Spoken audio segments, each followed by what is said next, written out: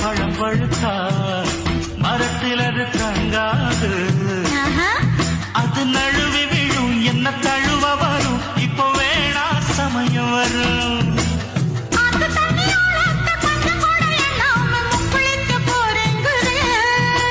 நீச்சல தங்கத்துக்கிட்டே அப்புறமும் என்னத்துக்கு முத்தெடுக்க வேணாங்கிற. சரிதான் குடிச்ச சரிதான், இனி என்ன சொல்லி கேட்க போற நீ?